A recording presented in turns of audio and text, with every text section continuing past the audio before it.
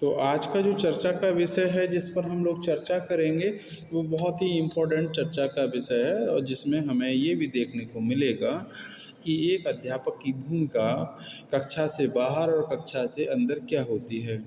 सभी अध्यापक ठीक होते हैं, लेकिन कक्षा के अंदर जो भूमिका होती है वो बिल्कुल अलग होती है, और कक्षा के बाहर होती है वो अलग होती है। बाहर की भूमिका व्यावहारिक रूप से, वेशभूषा के रूप से, वियरिंग स्टैंडर्ड्स के रूप में, बोलचाल के रूप में, टीचर की मान मर्यादा के रूप में देखी जाती है, उनके संस्कारों में देखी जाती है। लेकिन अगर हम बात करें कि कक्षा के अंदर क्या होता है, तो टीचर्स का जो व्यवहार है वो ये दर्शाता है कि उनके व्यवहार का असर उनके सीधे जो लर्नर्स हैं, जो बच्चे हैं, उन पर कैसे दिखाई देता है। तो यहाँ पर कई सारी चीज़ें हमारे साथ जुड़ जाती हैं, जिसमें हमारे साथ सबसे पहले जुड़ता है कि कक्ष में भाषा कैसी होनी चाहिए। कक्षा कक्ष में आपके बोलने वाले शब्द कैसे होने चाहिए। आपके शब्दों का बच्चे के दिमाग पर सीधा असर पड़ता है। तो प्रत्येक शिक्षक को ये जिम्मेदारी निभानी चाहिए और अपनी वाणी पर अंकुश लगाते हुए उन शब्दों का प्रयोग करना चाहिए जिससे कि बच्चे प्रफुल्लित हों, उनके ज्ञान का भंडार भरे, वो अग्रसर हों, उन्नति की ओर हमेशा बढ़ते रहें। ऐसा ना कोई शब्द उनकी जीवन से निकले, ऐसी भाषा का इस्तेमाल ना करें जिससे कि कहीं ना कहीं उनके जीवन में, बच्चों के जीवन में समस्याएं आएँ, या उनके लिए सीधे सीधे एक नाम सुना होगा कि क्रिएशन टू माहौल। माहौल कैसे बनता है? कक्षा कक्ष का माहौल 3 चीज़ों पर निर्भर होता है। पहला होता है टीचर, दूसरे होते हैं बच्चे, और तीसरे होते हैं संसाधन। तो तीनों चीज़ों को मिलाकर के जो कक्षा कक्ष का माहौल है वो अपने आप में ये दिखाता है कि सार्थक वातावरण कक्षा कक्ष का कैसे बनेगा।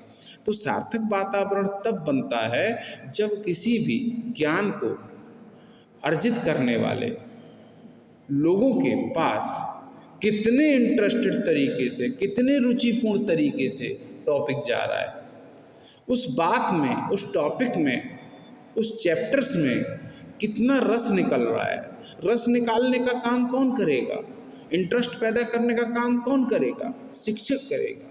तो कक्षा कक्ष के वातावरण को यदि हम अध्यापक हैं और अध्यापक होने के बाद में हमारे शब्दों ने जो चैप्टर्स है उसको इतना ईजी बना दिया, इतना सरल बना दिया, हम बच्चों में जो पढ़ा रहे हैं उनके अकॉर्डिंग्स को वर्ड बोल रहे हैं जिससे कि बच्चों में वो जिज्ञासा पैदा हो, वो ज़्यादा से ज़्यादा सीखने का काम करें। तो जो क्लासेस का माहौल है वो एकदम ऐसे बन जाएगा जैसे कि मानो क्लास में बच्चे बैठे ही नहीं हैं, इतना शांत होगा, इतने गंभीरता से पढ़ेंगे, और फिर जब क्लास से निकलेंगे तो कहेंगे क्या यार मज़ा आ गया क्लास में। बात समझ पा रहे हैं मेरी बात? सेकंड ऑप्शन हमारे साथ प्रदर्शित होता है जिसमें है कि सार्थक वातावरण की विशेषताएं कौन कौन सी हैं। तो सार्थक वातावरण जो कक्षा का है उनकी विशेषताएं कौन कौन सी होनी चाहिए, क्या क्या नहीं होना चाहिए और क्या क्या होना चाहिए, ये दोनों चीजें मिलकर के विशेषताओं का ऑब्जर्वेशन करती हैं। तो शिक्षक को क्या चाहिए? शिक्षक कक्षा में जाएंगे, उनकी वेशभूषा, उनकी भाषा, उनके शब्द ज्ञान, उनका शब्दकोश, उनके बोलने का स्टाइल, उनके बोलने का ढंग, उनका व्यवहार, बच्चों से बात करने का तरीका, डांटने का तरीका, प्यार करने का तरीका। आपने कभी देखा होगा कि कुछ टीचर्स क्या करते हैं कि बच्चों को पिटाई कर देते हैं, लेकिन सच्चाई तो ये बायां करती है कि पिटाई तो मना कर दी गई है। जब पिटाई मना कर दी बच्चे, आप सोचते हैं कि बच्चे को हम डरा के पढ़ा लेंगे, बच्चे को पीट कर पढ़ा लेंगे, बच्चे को पीट कर हम जो है या डांट कर बच्चे को हम बहुत अच्छा बना सकते हैं। कदापि नहीं होगा। बच्चे में आपको बच्चा बनना पड़ेगा, बच्चे के साथ उसकी फीलिंग्स को समझना पड़ेगा, उसके विचारों की आपको कदर करनी पड़ेगी, तब कहीं जाकर के आपको लगेगा कि बच्चा आपका काम करेगा। बात समझ पा रहे हैं मेरी? दूसरा है क्या नहीं करना चाहिए। कक्षा में जाकर के बच्चे से जो टॉपिक चल रहा है उसी पर हम चर्चा करें, जो टॉपिक चल रहा है उसके बारे में विस्तृत जानकारी दें। बच्चे को जहाँ जहाँ समस्याएं आती हैं, जहाँ प्रॉब्लम सीक्रेट होती है, जहाँ बच्चा अगला क्वेश्चन उठाने में असमर्थता व्यक्त करता है, बच्चा क्वेश्चन पकड़ के बैठ जाता है कि अब तो सॉल्व ही नहीं हो रहा है, आगे क्या करें, याद करने के तरीके कैसे विकसित करें। तो ये चीज़ें टीचर्स के पास होती हैं और टीचर्स इन चीज़ों के समाधान के लिए बने हैं। उनको इतने आयाम विकसित करते हुए बच्चों की समस्या को देखना चाहिए और उन समस्याओं को बड़े साधारण तरीके से सॉल्व भी कर देना चाहिए।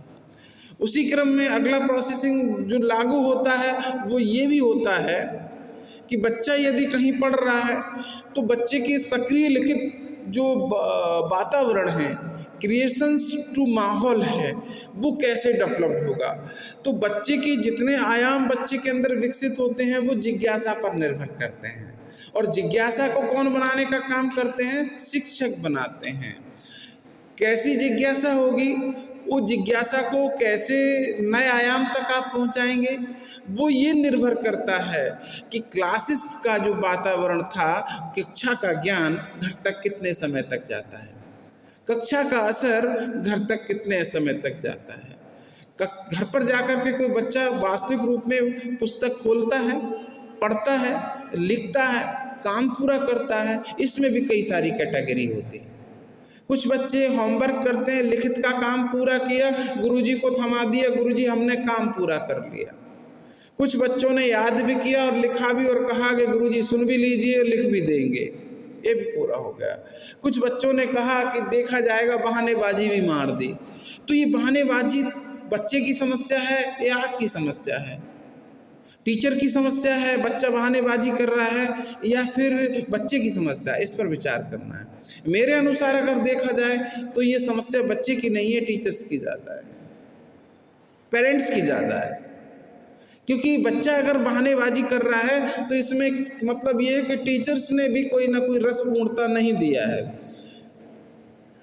और अगर बच्चा बहानेबाजी कर रहा है तो फिर क्यों कर रहा है, हम वहाँ उस आयाम तक पहुँचने का काम करें जहाँ बच्चा मुकरने का काम करता है, जहाँ बच्चा मतलब बिल्कुल पढ़ना नहीं चाहता है, हम उसको भी पढ़ाना चाहें।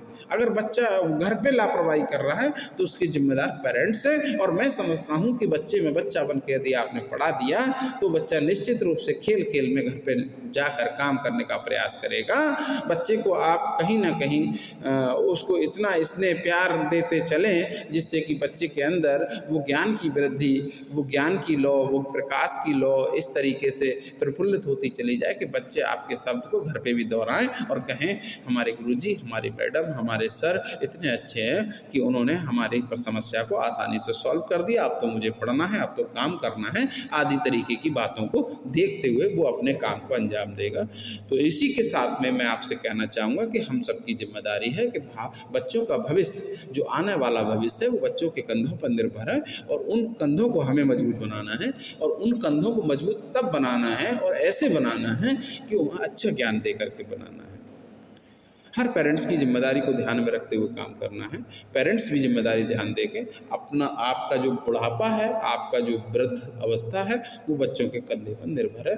तो अपने बुढ़ापे को समृद्ध बनाने के लिए अपने बच्चों को अच्छी शिक्षा की ओर अग्रसर ले जाएं, उन्हें छोटी छोटी बातों पर लापरवाही न सिखाएं, आलस न सिखाएं, वो तुरंत एक्शनेबल मोड में काम करें। धन्यवाद। इसी के साथ मिलते हैं नेक्स्ट वीडियो के साथ। Thank you.